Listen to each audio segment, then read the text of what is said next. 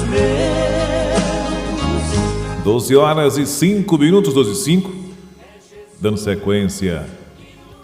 E a partir de agora, te meditando a palavra de Deus. Vejam aqui, o Evangelho de hoje nos traz aí, alguns pontos importantes. E o que mais nos chama a atenção, é para esse sinal que Jesus nos apresenta, Seja sal e luz de Cristo no mundo. E veja quanta dessa necessidade a gente vê hoje nos dias a dias. A gente vê as pessoas perdendo o sabor, perdendo o gosto pela vida. E ao mesmo tempo a gente vê as pessoas aí se afundando nessa escuridão. Porque falta o essencial. Está faltando a luz na vida das pessoas. E a gente pode, cada um de nós podemos ser, esse reflexo, da luz que é Jesus na vida de tantas pessoas que estão necessitando de ouvir, a sua palavra, ouvir seus ensinamentos. Mas para isso não é só questão da escuta, A partir do momento que eu escuto, eu tenho que realmente absorver a palavra de Deus e colocá-la em prática. Eu tenho que ser essa representatividade, de forma concreta, daquilo que Jesus nos ensina. E a gente vê, como a gente já citou em outras oportunidades aqui na passagem de Paulo, Paulo realmente traz com muita precisão aí, os seus ensinamentos nas suas cartas, dirigidas às comunidades. E são coisas realmente magníficas, que quando a gente absorve, que a gente coloca em prática, a gente vê a mudança acontecer. Vós sois o sal, da terra. Ora, se o sal se torna insoso, com que salgaremos? Ele não servirá mais para nada, senão para ser jogado fora e ser pisado pelos homens. Vós sois a luz do mundo. Não pode ficar escondida uma cidade construída sobre um monte. Ninguém acende uma lâmpada e a coloca debaixo de uma vasilha, mas sim num candeeiro, onde ela brilha para todos os que estão em casa. Veja o sentido, dessas afirmações que Jesus nos traz no dia de hoje. Alguém vai acender uma luz para deixar ela escondida? Qual o sentido disso? Se a gente acender uma luz, ela tem um sentido, que é iluminar, Se você acende uma luz em casa e você coloca ela no candeeiro com uma palavra cita aí, todo mundo vai ser contemplado, todo mundo vai ser beneficiado, por aquela atitude, por aquela ação. Jesus é sempre um estrategista na sua forma de trazer, na sua linguagem, e que com certeza chega à compreensão de todo. E a gente ir mais a fundo, Jesus é sempre muito pedagógico em seus ensinamentos. E hoje ele utiliza desses dois elementos, sal e luz, para ensinar como deve ser o agir dos seus discípulos neste mundo. Os discípulos de Jesus precisam ser como o sal. O sal, como nós sabemos, além de dar sabor aos alimentos, ele também pode ser usado como um conservante. Você pega uma carne, você bota o sal, ela consegue resistir por um certo tempo, O sal preserva os alimentos da corrupção, preserva-os de estragarem. E nós somos convidados, a fazer essa experiência. Ser sal de Cristo neste mundo é viver sendo exemplo de santidade, é ser testemunha concreta de vida santa em meio a um mundo de muitas corrupções. Ser sal é ensinar a doutrina de Cristo com a própria vida, porque não basta ensinar a doutrina de Cristo somente com as palavras. É preciso, acima de tudo, edificar o mundo com o sal do exemplo. E o que mais a gente vê hoje, as pessoas apontam, não, é assim. Mas quando você vai olhar para aquela pessoa, você vê que ela não é exemplo, ela não é digna daquilo que ela está ensinando, porque ela não vive aquilo, ela não coloca aquilo em prática. Então a gente vê todo mundo aí entrando realmente em um caminho de um profundo abismo, porque nós estamos aí seguindo pessoas que, de certa forma, estão falando uma coisa, mas na prática não está vivendo aquilo. Jesus fala, olha, faça o que ele faz, mas não, faça o que ele diz, mas não faça o que ele faz, o que ele faz. Então veja a contradição voltando já no passado, porque eles pregavam uma coisa que era o certo, mas viviam uma coisa totalmente oposta daquilo que estava pregando. E a gente para analisar que hoje a gente andou e a gente continua no mesmo processo. A gente vê as falas bonitas, bonitos discursos, mas na prática aquilo está sendo executado. E a gente vai para diversas realidades, seja ele no campo político, no campo religioso, para outros segmentos. A fala é uma coisa, aquilo que você está pronunciando é uma coisa, mas de fato aquilo que você está exercendo, está executando, aquilo que você realmente está se revestindo daquilo que você está falando.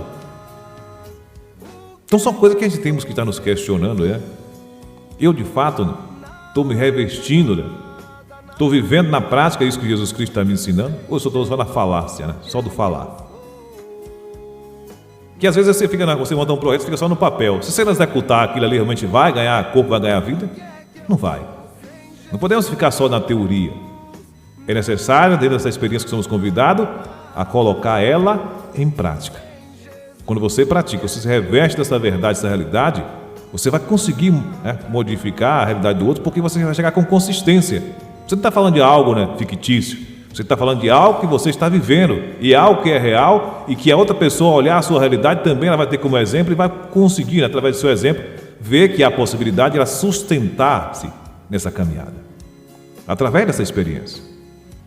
O que converteu os primeiros cristãos não foi a atividade de uma doutrina, mas foi a vida daqueles que souberam colocar em prática essa novidade.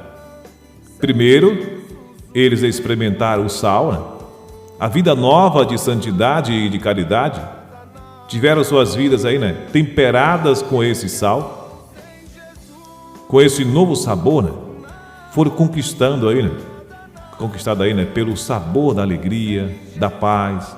A partir daí, se abriram à luz da doutrina, conhecendo os mistérios da graça que impulsiona a vida cristã. Mas todos nós somos convidados a passar por esse processo. Você vê que os grandes testemunhos, as pessoas que conseguem de fato ter uma ação de convencimento, veja o histórico daquela pessoa, a caminhada que aquela pessoa passou, a provação que ela teve que enfrentar. Hoje a gente fala de Abraão, fala de Isaac, fala de Jacó, fala de tantas outras realidades de pessoas que nos sucederam e que traz para a gente se referenciar. Mas veja a vida dessas pessoas como é que foram. Veja para Abraão, onde Abraão estava, na sua zona de conforto. Deus chega para Abraão, apresenta um projeto. Abraão, tem para você uma nova realidade. E Abraão teve que passar por etapa, até chegar onde conseguiu chegar. E hoje a gente considera Abraão como nosso pai da fé, aquele que acreditou, aquele que largou tudo que estava ali, uma vida estável, e por acreditar no propósito de Deus, na missão de Deus, ele foi capaz de largar tudo daquilo ali, e colocar em prática a vontade de nosso Senhor. E aí a gente vê o resultado do dia de hoje. Se nós estamos aqui, somos frutos de todas essas iniciativas, esse sim que foram dados dentro desse percurso. E hoje a gente vem naquele processo de resgate, e quando a gente fala de sim, a gente vê um outro sim muito importante, o sim da Virgem Maria, ao novo projeto que Deus apresenta, o projeto da salvação, que vem através de nosso Senhor Jesus Cristo. Mas a partir daquele sim de Maria, Maria teve vida fácil? Não. Veja aquela realidade, para aquele contexto histórico daquele povo, daquela cultura daquele tempo. Imagine uma mulher aparecer grávida, onde ela não teve nenhum tipo de relação com o marido nem sabia dessa situação. Se o anjo também não chega para José e conta toda a situação, imagine como é que seria aquela situação de Maria. Veja, para a realidade do mundo nosso, o risco, que ela se propôs a correr, por um objetivo realmente maior, que era fazer a vontade de Deus. E a gente acaba sempre colocando limites, naquilo que Deus quer exercer através de mim, através de você, de tantos outros, E a gente viu o exemplo de Maria. Maria colocou em prática a vontade de Deus e foi até o fim. O projeto de Deus foi se executando, ela ali junto, partilhando, acompanhando, e até chegar o momento da culminância final, em ver ali, tudo aquilo que ocorreu no seu filho crucificado em uma cruz. E veja, e a gente para analisar o que foi que Jesus fez para merecer tudo que ele passou. O tratamento que Jesus recebeu. Me diga o que foi que Jesus fez de errado. Às vezes a gente acha, se a gente se acha injustiçado, imagine o que foi que Jesus fez, para merecer tudo isso que ele passou, E a razão de tudo isso foi cada um de nós, Você vê que ela na hora da decisão, solta quem? Barrabás ou Jesus? Todo mundo optou por Barrabás. A cada humilhação que Jesus passava, a cada sofrimento que Jesus passava, as pessoas ainda clamavam por mais sofrimento ainda em relação a Jesus. Você vê que no último momento Jesus pede o quê? Pediu água. Pegaram dele o quê? Uma esponja com vinagre, né? E a semana, eu não tenho ainda esse conhecimento a fundo ainda, né? Para a gente saber realmente o tamanho, né, da maldade do ser humano. Mas eu vi um conteúdo essa semana de alguém que estuda história, né? E aí relatando o contexto naquele tempo atrás. Hoje o negócio está tudo fácil, né? O negócio está tudo mais tranquilo. Você chega no banheiro, você tem, né? Como é que chama aquela mangueira que você se lava? Tem todo aquele processo para prender. Naquele tempo não existia isso. Segundo esse relato que eu estou me aprofundando ainda, né? Mas que naquele tempo, né, as esponjas eram utilizadas para essa finalidade, para você se limpar depois de você se utilizar o banheiro. E como era algo que era de utilização comum, né, usava-se o vinagre, né, para limpar aquela esponja. Imagine, você que está nos acompanhando, aquela esponja que tinha essa utilidade, né, o vinagre pela qual tinha essa utilidade, ele foi pego, né, e foi, né, saciar, né, naquele momento, né, a sede de nosso Senhor Jesus Cristo. Veja quanto sofrimento Jesus passou por mim e por você. E veja de que maneira te responde a tudo isso. Ainda desprezando, né? Desprezando, colocando tantas outras realidades como prioridade em nosso caminhar, e esquecendo, né, a dimensão da misericórdia de Deus, e veja o ponto que ela foi capaz de chegar por mim e por você, pela nossa salvação. Chegar, né, ao cúmulo, né, do mais profundo, né, dos absurdos. E aí eu te pergunto, veja a que dimensão, a que tamanho de amor nós estamos falando, né? Do Pai permitir a seu Filho passar por tudo o que Ele passou por mim e por você. Veja o tamanho do sofrimento que Jesus tem que passar por mim e por você.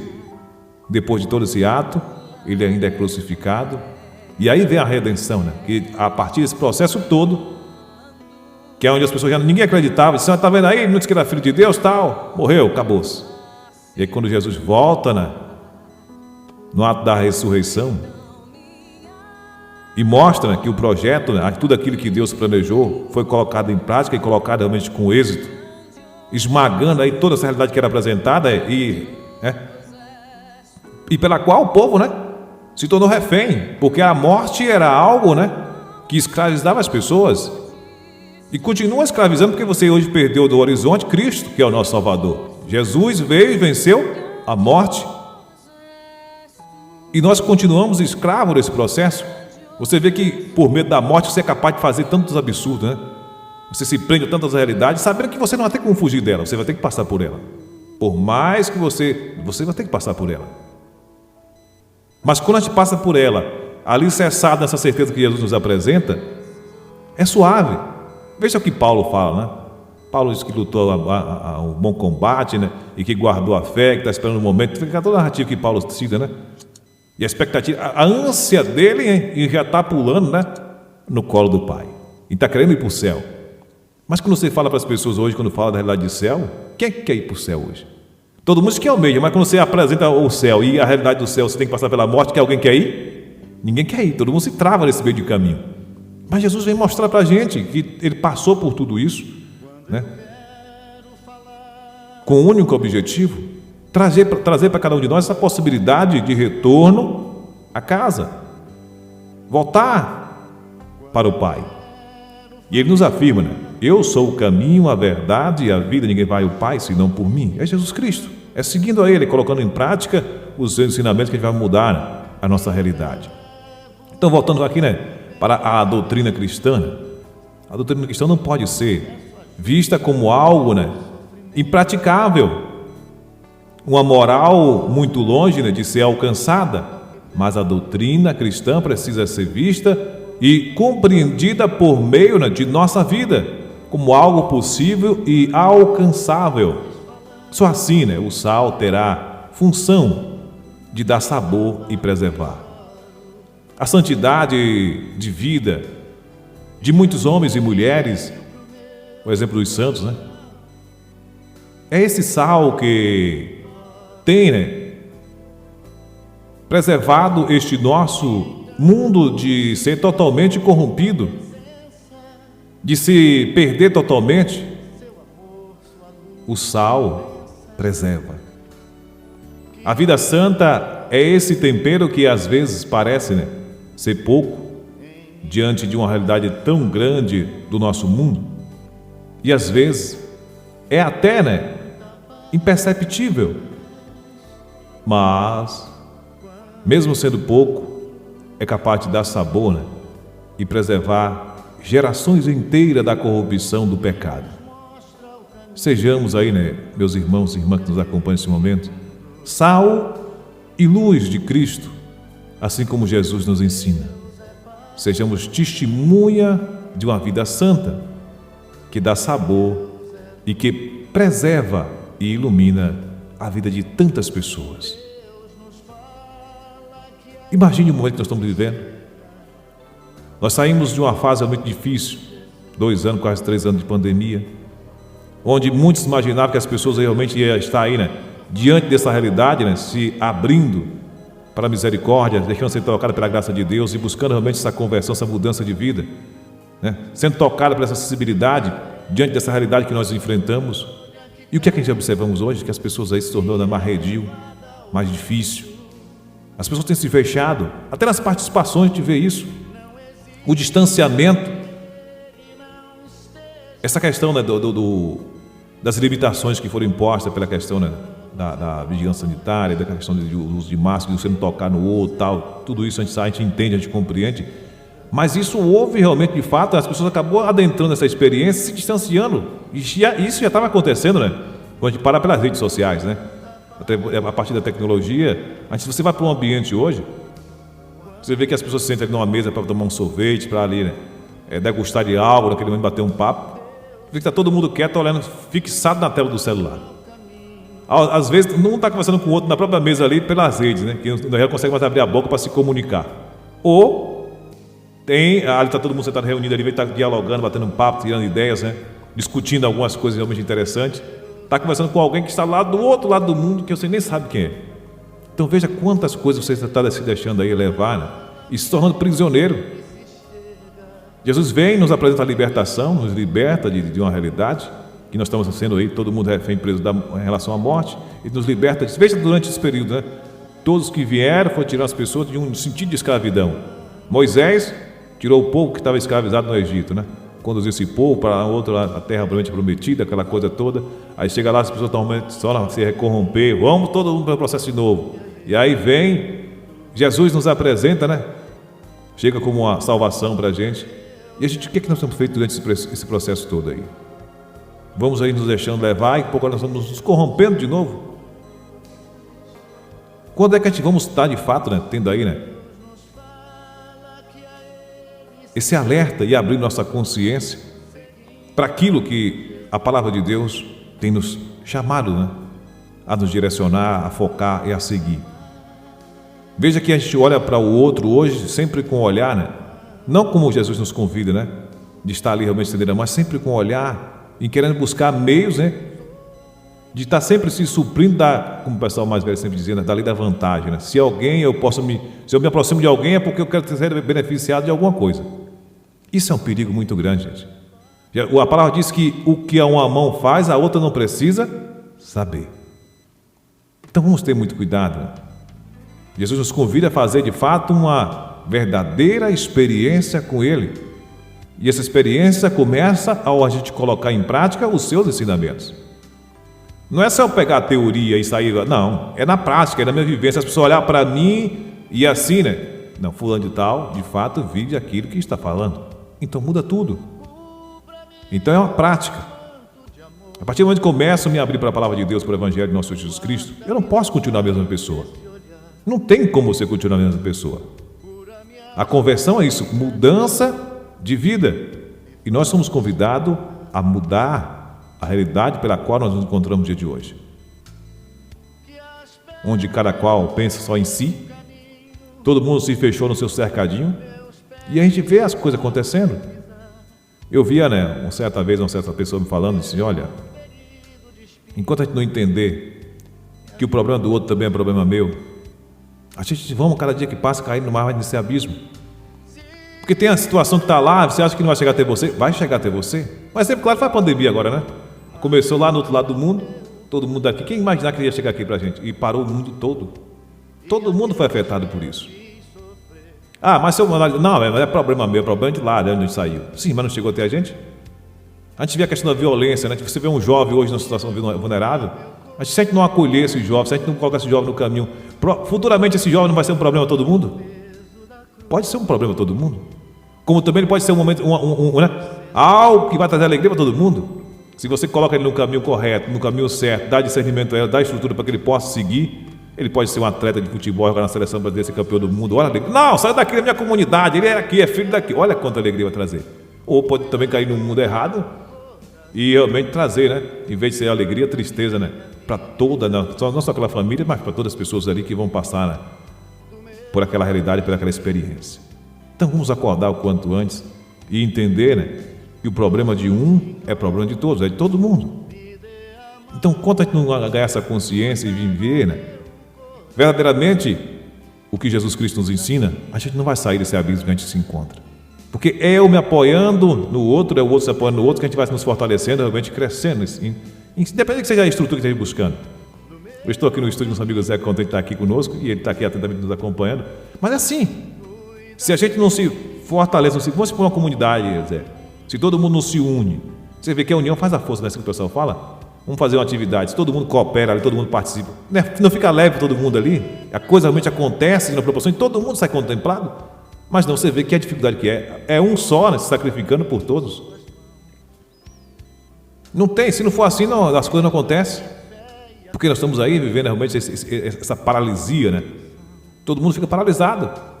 Ninguém se mobiliza para somente sair dessa situação que se encontra. E é preciso passar por isso. É preciso a gente sair disso. Veja que Jesus cita várias vezes, né? Vários casos do Evangelho que nos é narrado, né? Pessoas que estavam ali, né? Nessa realidade, Jesus chega e liberta aquelas pessoas. É preciso a gente se libertar disso e viver essa verdadeira experiência pela qual cada um de nós somos convidados para a gente mudar essa realidade. Vamos pedir a Deus, né? A sua bênção, que Ele possa derramar sobre cada um de nós a sua graça e que a gente venhamos, de fato, ser esse sal e luz de Cristo, assim como Jesus nos ensina. Sejamos a testemunha de uma vida santa, que dá sabor e que preserva e que ilumina a vida de tantos que hoje necessita. Que o nosso Deus possa derramar sobre cada um de nós a sua graça na tarde de hoje. Ele que é Pai, que é Filho e que é Espírito Santo. E que a gente possamos estar realmente aí, né? Sendo alicerçado por essa luz, né? E sustentado com esse sabor, né? Que hoje é apresentado a gente, que é o sal. Um sabor que preserva, um sabor, né? Que traz para a gente o que é o essencial. Tá bom? Que Deus te abençoe. Vamos aqui dando sequência, como traz sempre aquela canção, né? Veja o que é o sentido do seu bom pastor. Ele é capaz de deixar as 99 e voltar para buscar uma que está ali perdida.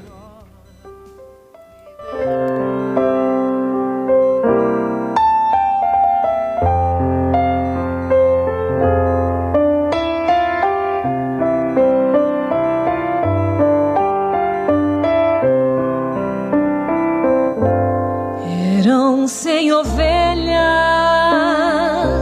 juntas no aprisco.